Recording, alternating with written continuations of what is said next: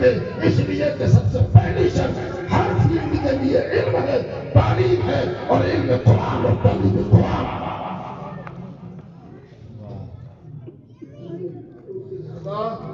سنجیدگی کی بھی ضرورت ہے۔ قرآن جو پڑھے ہوئے نہیں ہیں، کوشش کریں قرآن پڑھیں، پڑھے ہوئے سے قرآن پڑھیں، قرآن سیکھیں، قرآن سمجھیں۔ قرآن کریم اس لیے بھی پڑھیں کہ قرآن کہتا ہے ان ھذا القرآن یہدی للتی ہی اقوم، یہ قرآن وہ ہے جو لوگوں کو سب سے زیادہ سیدھی راہ دکھاتا ہے، سب سے زیادہ سیدھا راستہ دکھاتا ہے۔ تم کس کے راستے پہ چل رہے ہو؟ آؤ، اگر تمہیں سب سے سیدھی راہ دیکھنا ہے، سب سے زیادہ سیدھا راستہ دیکھنا ہے تو قرآن کا راستہ دیکھو، اس لیے کہ قرآن سب سے زیادہ سیدھا راستہ تمہیں دے۔ قرآن پڑھو، اور پڑھے ہوئے نہیں ہو تو پڑھے ہوئے سے پڑھو، اور پھر قرآن کریم پڑھو، اس لیے کہ قرآن کریم جو پڑھتا ہے اللہ تبارک و تعالیٰ اس پر اپنی رحمت نازل فرماتا ہے۔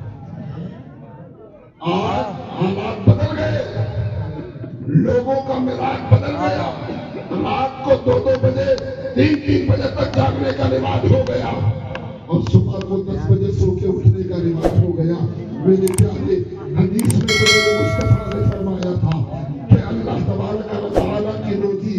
ہر روز صبح کو بڑھتی ہے، اور جب روزی بڑھنے کا ٹائم ہے تو تیرے نام سے اللہ کا نام نہیں نکلا،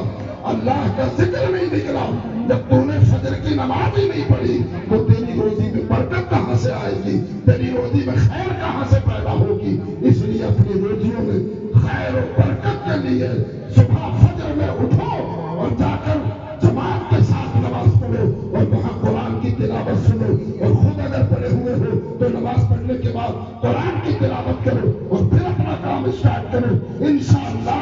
100% قسم کا خدا کہہ کر کے کہتا ہوں کہ اللہ تبارک و تعالیٰ تمہارے دامنوں کو تمہاری روزیوں سے بھر دے۔ اور قرآن کریم جو ہے یہ اللہ کی وہ کتاب ہے کہ جس نے اسے سینے سے لگایا، اس نے قرآن کریم کو جس نے بھی سینے سے لگایا، اللہ تبارک و تعالیٰ نے اس کی دنیا اور آخرت کو غریب نواز حدیث پاک میں اللہ کے رسول فرماتے خیرکم من تعلم القرآن وعلمہ، تم میں سب سے بہتر آدمی وہ ہے، سب سے بہترین لوگ وہ ہیں جو قرآن کریم کو سیکھتے بھی ہیں، دوسروں کو سکھاتے بھی ہیں، قرآن پڑھتے بھی ہیں، دوسروں کو پڑھاتے بھی ہیں۔ میرے مصطفیٰ نے اپنی زبان فیض ترجمان سے یہ بتا کر اشارہ فرما دیا کہ دنیا والوں کی نظر میں کوئی بہتر ہو، دنیا والوں کی نظر میں کوئی افضل ہو، لیکن اللہ اور رسول کی نظر میں سب سے افضل وہ شخص ہے کہ جو قرآن پڑھتا ہے، دوسروں کو پڑھاتا ہے، قرآن سیکھتا ہے، دوسروں کو سکھاتا ہے۔ حضرت علامہ مفتی فیضان المصطفیٰ صاحب نے یہ طرح ڈال دی ہے، یہ بنیاد ڈال دی ہے۔ ان بنیادوں کو آپ کو جو ہے سجانا ہے، سنوارنا ہے، ہر طرح سے حضرت کا دست و بازو بننا ہے۔ حضرت آپ حضرت کا ساتھ دیجیے، حضرت کے پاس آئیے، بیٹھیے اور حضرت سے پوچھیے کہ ہمارے لائق کون سی خدمت ہے، آپ ہمیں سپرد کیجیے، ہم جو بھی کر سکتے ہیں آپ کے لیے کریں گے، جامعہ امام اعظم کے لیے کریں گے، تحریک امام اعظم کے لیے کریں گے، اس لیے کہ یہ تحریک خاص مفتی فیضان المصطفیٰ صاحب کی نہیں ہے، بلکہ شہر لکھنؤ کے ہر سنی مسلمان کی یہ تحریک ہے، اور ہر سنی مسلمان کی ذمہ داری ہے کہ اس تحریک کا دست و بازو بنے اور حضرت کے ساتھ اس تحریک کو آگے بڑھائے۔ چار حافظ قرآن بنے، 2 عالم دین بنے، چلنا ہم اکیلے ہیں، 42 مفتیان کرام بنے، تو یہ حضرت کی محنتوں کوششوں کا نتیجہ ہے، آپ حضرات کے ساتھ دینے کا نتیجہ ہے۔ اس لیے کوئی ایک فرد چلتا ضرور ہے مگر چلانے والے بہت سے ہوتے ہیں۔ میں یہی کہوں گا کہ اس کا کریڈٹ تنہا حضرت کو تو جاتا ہی جاتا ہے، مگر آپ لوگوں کو بھی جاتا ہے کہ آپ نے کسی نے جو ہے آپ نے حضرت کا ساتھ دیا، حضرت کے حکم پر لبیک کہا، جامعہ امام اعظم کے دست و بازو بنے، اور آج جلسہ ہمیں بیٹھ کر اپنی محبتوں کا ثبوت دے رہے ہیں۔ انشاءاللہ حضرت کا ایک بڑا منصوبہ ہے اور وہ جلد ہی آپ کے سامنے رکھا جائے گا، اور آپ کے لیے وہ آسان ہے، اور اس کے ذریعے سے شہر لکھنؤ میں ایک انشاءاللہ بہت بڑا ادارہ قائم کیا جائے گا۔ آپ حضرت کے دست و بازو بنے اور اللہ تبارک و تعالیٰ کی